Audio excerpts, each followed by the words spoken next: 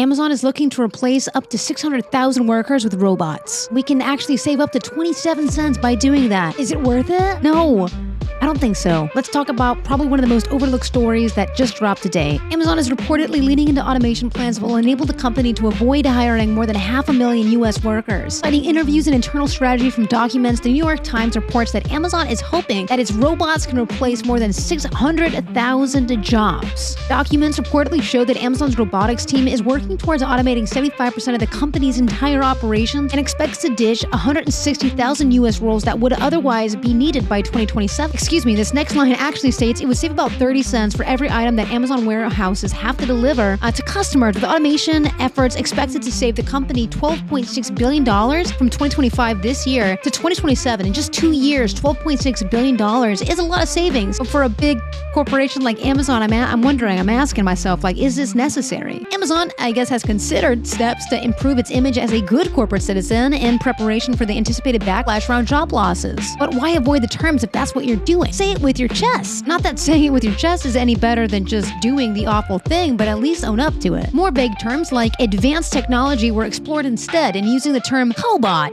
for robots that work alongside humans, hoping that this would hopefully bridge the gap between human and robots and maybe make humans less mad that robots are being, not paid at all to do the job they should have been being paid for all along. In a statement to Verge, Amazon spokesperson Kelly Nantle said that leaked documents reflect the perspective of just one team. It's just one team out of many, I guess, that want this future. I don't know if I'm buying that. The article does go on to say, quote, leaked documents often paint an incomplete and misleading picture of our plans, and that's the case here. That same spokesperson goes on to say later in the article, we're actively hiring operations facilities across the country and recently announced the plans to fill 250,000 positions for the holiday season. We all know what holiday season means. That is contingent on that job not being there after that season is over. It's a temporary job. Last year's winner of the Nobel Prize in Economic Science says this, though, quote, nobody else has the same incentive as Amazon to find a way to automate, and once they do and work out how to do this profitably, it will spread to others as well. That same Nobel winner says if Amazon achieves its automation goal, they will go from one of the biggest jobs providers in the United States to one of the biggest net job destroyers here in the States, which is a pretty big switch, which I don't think anybody really wants. They just want Amazon to be better. But ultimately, I don't think anybody except Amazon is winning this. The fact that if they do replace 600,000 workers on this alleged timeline, the only entity winning here is Amazon.